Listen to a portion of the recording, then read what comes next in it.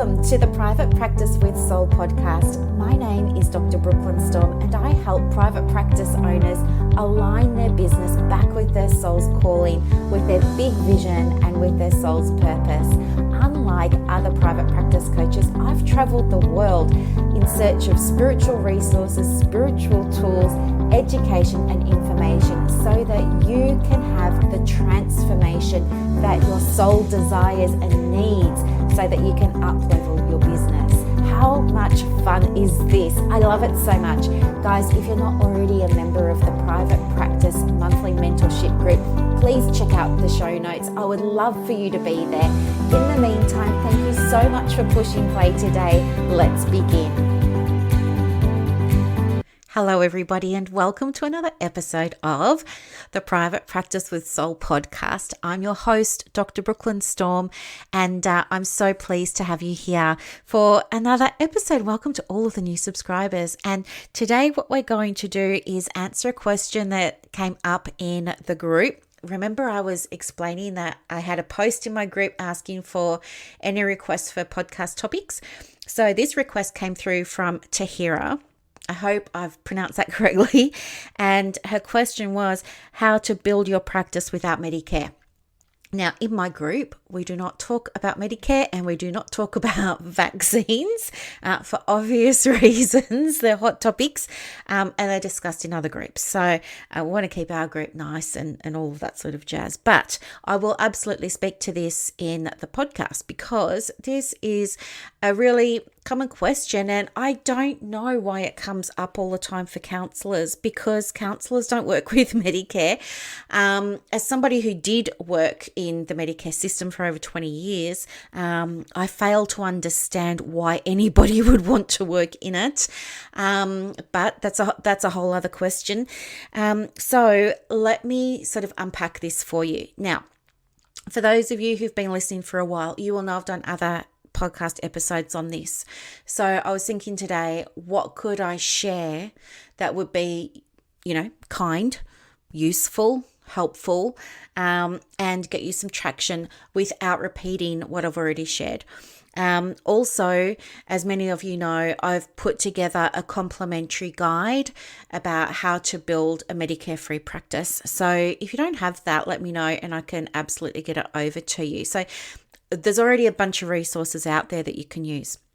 So today's explanation of how to build a practice without Medicare rebates is going to sound different because it's already been covered in the quote-unquote normal and traditional ways in my other episodes. So let's unpack it a little bit more deeply. I think the first thing to do is to really understand and honour the difference between counselling, psychology and social work.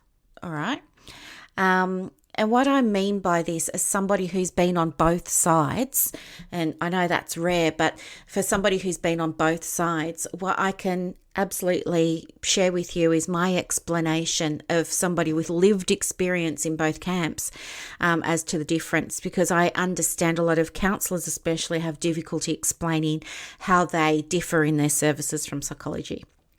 So to become a psychologist, it's a 6-year university degree. And, I did 14 years.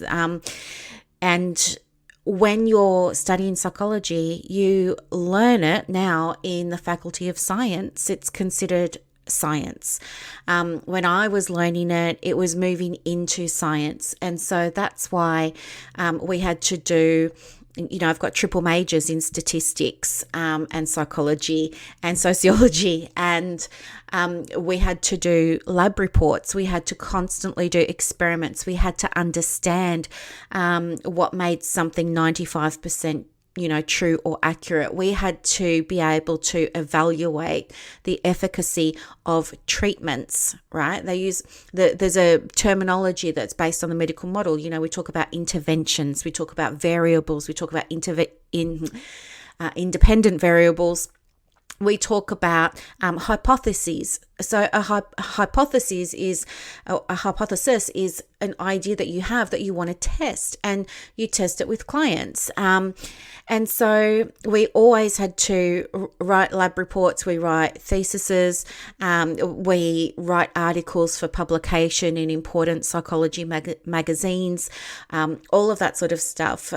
We learn about the science of the brain, or all of those sorts of things. So my experience is psychologists, apart from learning the science of the brain, the science of behavior, the science of thinking, the science of emotion and feeling, and all of that sort of jazz, psychologists also spend years learning how to make a clinical diagnosis.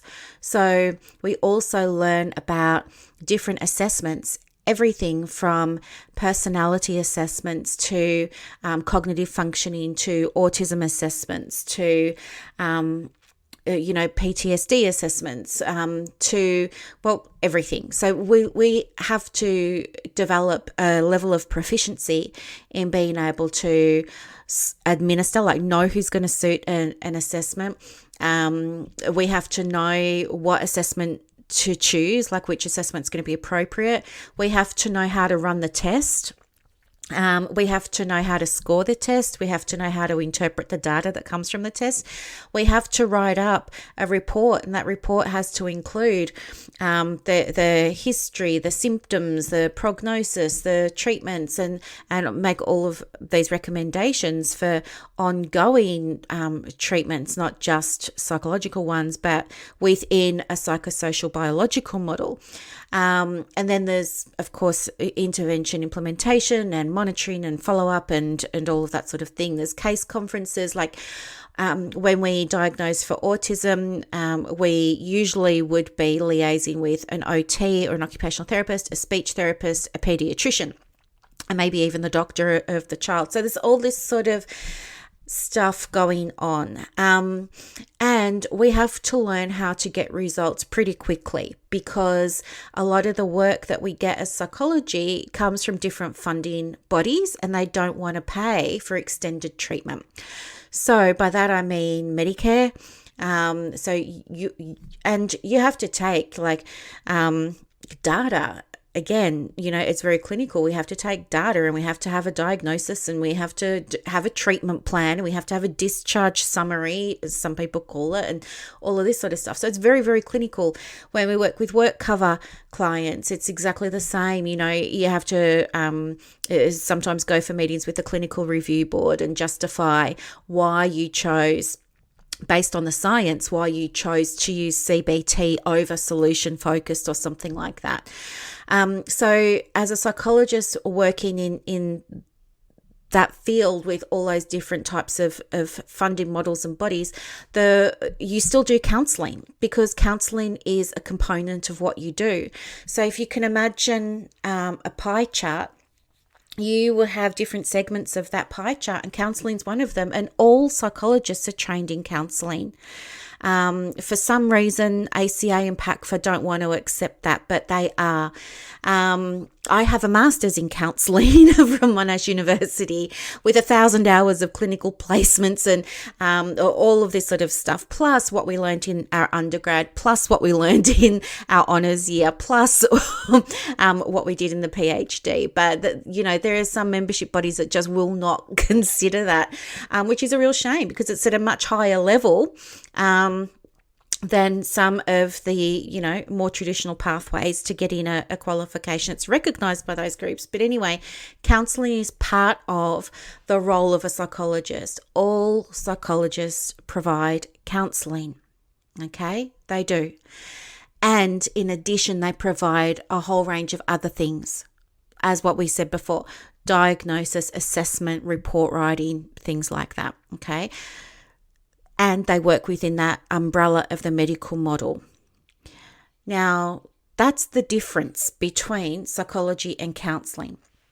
Counsellors, in my opinion, specialise in the counselling part of what psychologists do, because counsellors can't and don't diagnose, assess, work within a medical model, do clinical reports, all of that sort of stuff, right? Counsellors do not work in the medical model. That's why they're not on Medicare. Counsellors work on counselling, but that's not all there is in something like Medicare. In Medicare, it's more than counselling. Counselling is a chunk of what you do, but it's not the only thing that you do.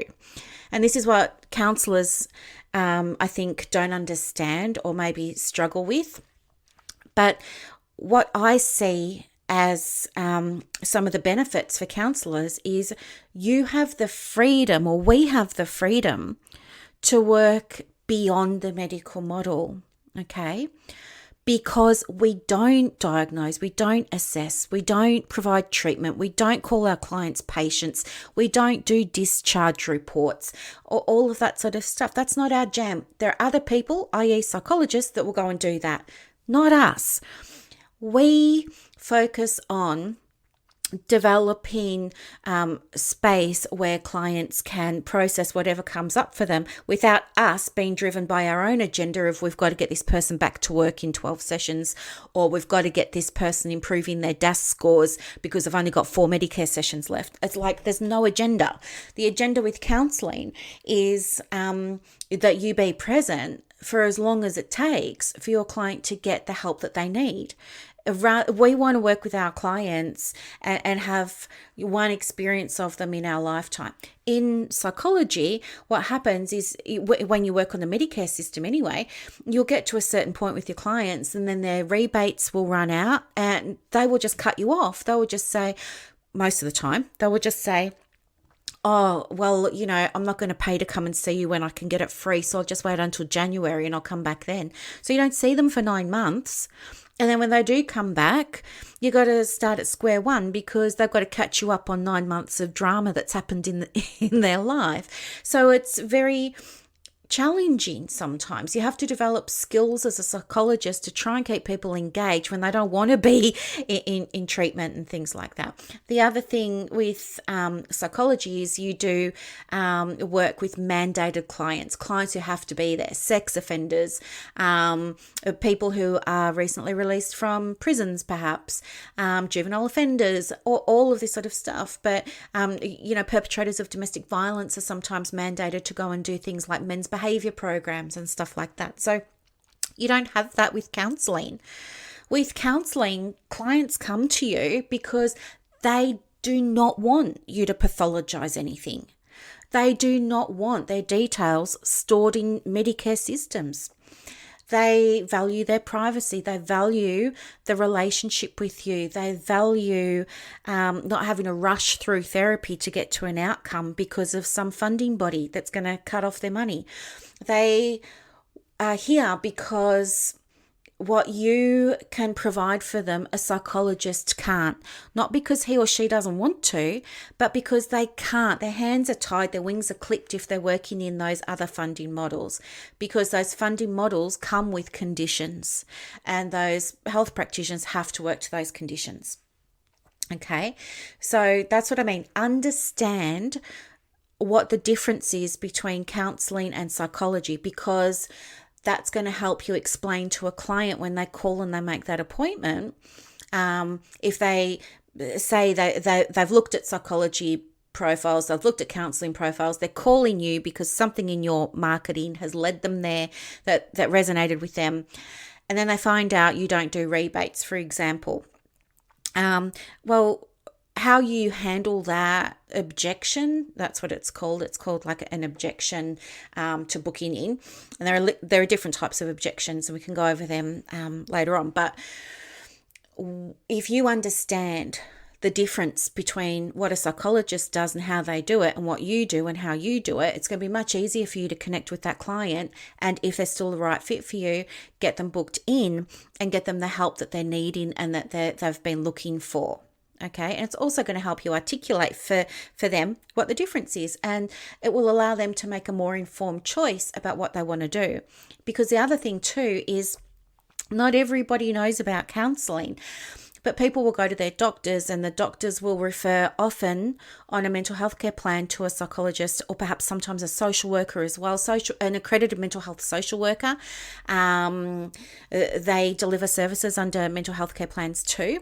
And so what was I going to say? You have to understand the difference between you and a psychologist so that you can speak to it. That's the first thing. The second thing that I want to draw your attention to is I really want you to go back and think about why you chose to do counseling instead of psychology. What was it about, or even social work, what was it that got you to build a career in counseling? Because let's be honest, you could have been a counsellor, you could have been a social worker, you could have been a psychologist. Why did you choose counselling? There must be a reason. And what's that reason? And how can you use that reason to help explain to a potential client who may want to book in with you why you do what you do? How can you explain to them that you had an opportunity to do psychology, but this is why you pursued counseling?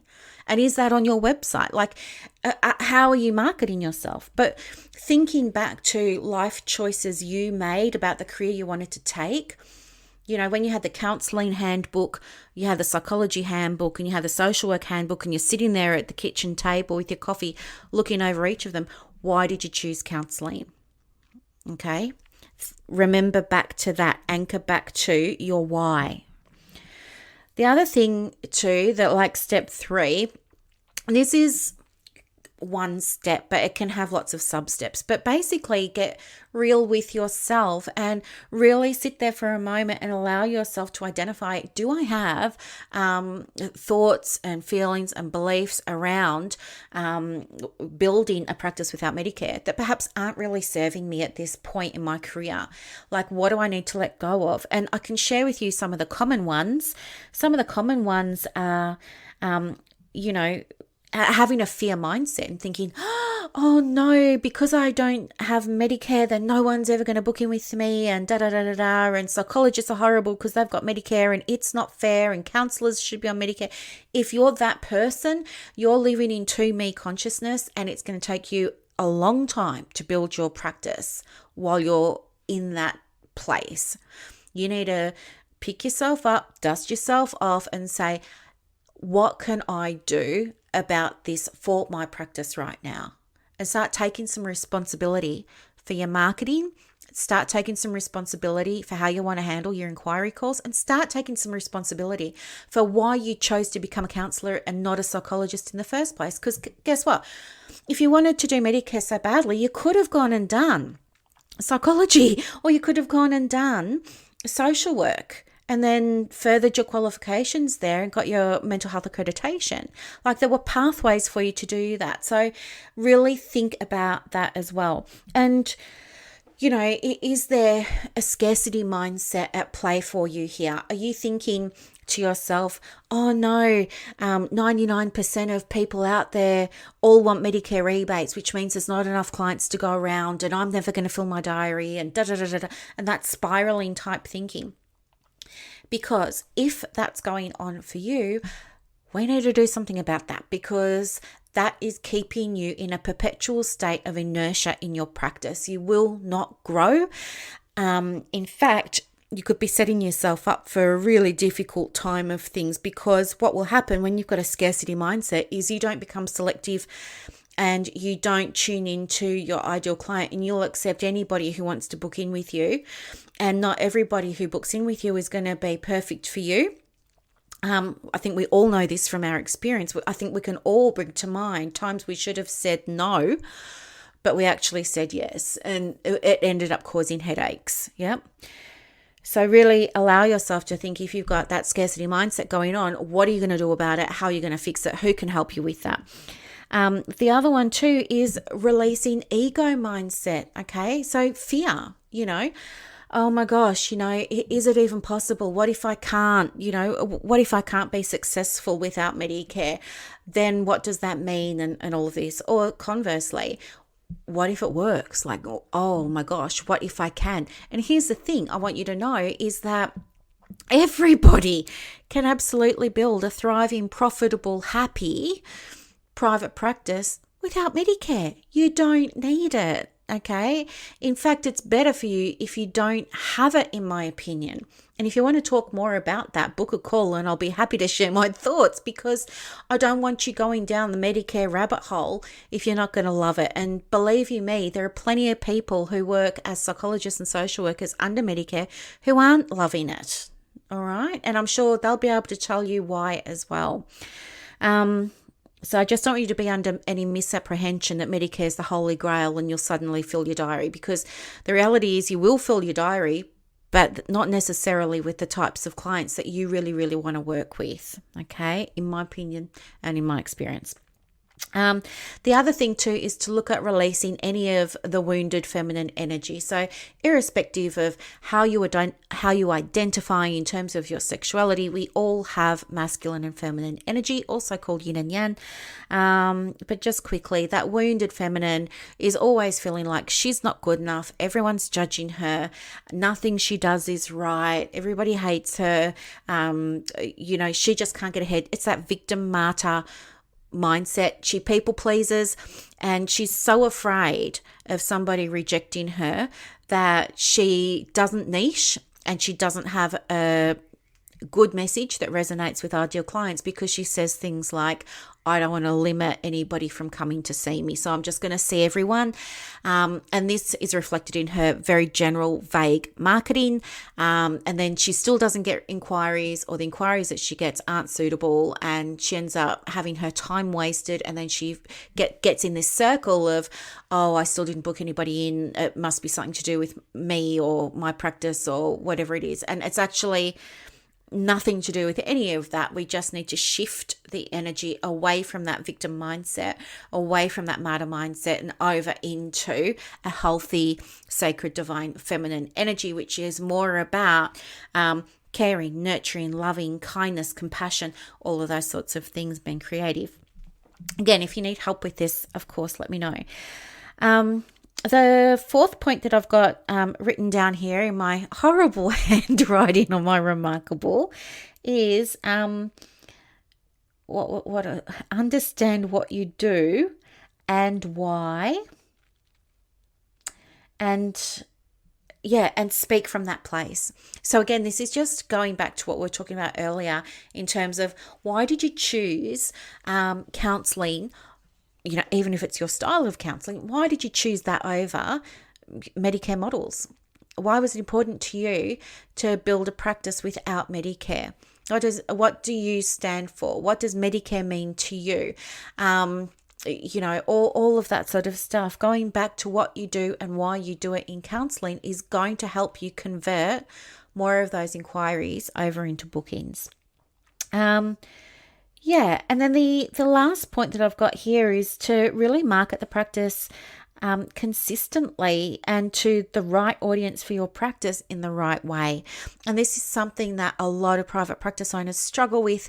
Nobody's taught them how to do it. They don't want to invest in learning how to do it. And so they just keep throwing spaghetti at the wall and seeing what sticks. And it's really sad to see that happen. After spending all that time and all that money in your education and your placement hours and your memberships and your insurances and everything, I don't understand why you wouldn't pay to get the help to learn how to market the practice the right way. Because when you're unclear about how to market, well, here's the thing, we don't know what we don't know. And here's something that I can tell you. When I say to people, what are you doing? Do you have a marketing plan? They go, yes. I say, great. Tell me what your marketing plan is. And they say, oh yeah, well, I market on, I advertise, or I put posts on Facebook and Instagram and my website, and I keep a blog, and I post in groups, and I do this and I do that. That's not a plan. You could kind of call it a strategy, but on a scale of 1 to 10, it's probably a 0 because it's not going to work. And then when you're given the idea of when somebody says to you, well, it's very clear what you need to do, I can see very clearly why you're not filling the diary. It's because there's a lack of a marketing plan and a lack of a marketing strategy. But hey, there's a way that you can learn that. When people say, yeah, I'm not really interested in learning that, thanks anyway, I just think to myself, okay, so this person must be very happy to stay where they are in the practice, and that's totally fine. I'm not that sort of person who can do that though.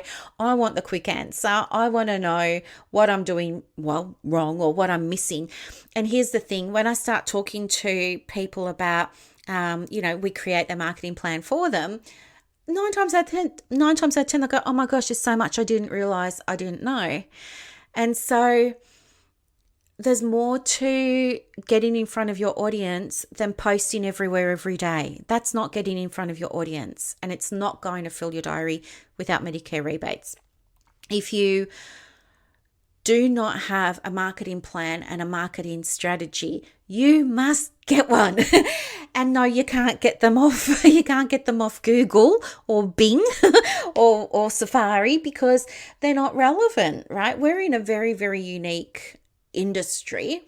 We're not like other industries. We've got codes of ethics. We have restrictions about things like testimonials. We have restrictions about things like, speaking to the types of treatments we use or we avoid. There's all sort of caveats around what we can do and what we cannot do when it comes to marketing. So you need to create a marketing plan with someone who understands what you can do and not do, because you want to be able to implement it safely and consistently. And the whole goal is to build that practice. Yep. So they're just my thoughts, in addition to what we've already covered in previous podcasts on building a practice without Medicare. You've also got the complimentary guide there. If you didn't get it and you'd like it, let me know, and I can absolutely get it to you. But you've got that guide there that also walks you through what you need to do to fill your diary without Medicare rebates. It's something I'm really, really passionate about and something I'm really good at helping people with. So much so that my diary is fully booked with helping private practice owners to do exactly that in 60 days or less, or in 90 days or less, right? It's totally possible. You can absolutely do it. It's part of the reason that I love coaching, because I love to see the results that everybody gets. So that's the show for today. If you haven't jumped over to YouTube yet, head over there. As I said, there are 2 of the Facebook videos getting uploaded every week. So keep your eye on that for new content that's always coming out. What else do I want to say? I have 2 places actually coming up in December for coaching. So if you would like to apply for coaching, of course you don't have to, but if you would like to have a chat about what coaching is and what it looks like and if it's the right thing for you, let me know. You can book an appointment using the booking button in the show notes. It's a free complimentary call. I'm going to ask you a bunch of questions and see whether or not I can actually help you before we discuss what coaching is and what it involves and all those sorts of things. And if I can't help you, I'll let you know, and I can connect you with somebody who might be a better match. And we can go from there. But you can build the private practice that you want. I'm proof of that. There are so many other women and men in private practice that are doing exactly this as well, all without Medicare. Okay? And you're supported all the time. Live in positive expectation that life and the business is always working out for you, and you'll start to notice changes happening without much effort at all. All right, my lovelies, have a beautiful rest of the Wednesday, and I'll see you on Saturday for the next episode of the Private Practice with Soul podcast. Thanks, everyone. Bye.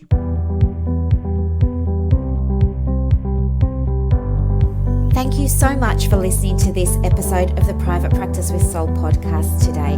If you're looking for clarity, if you need help with branding, your processes, and bringing everything into alignment with your soul's purpose for your private practice, head to the show notes and click the link for more information about the Private Practice Monthly Mentorship Group. You are going to love it. I can't wait to see you in there. Thanks so much for listening. Bye.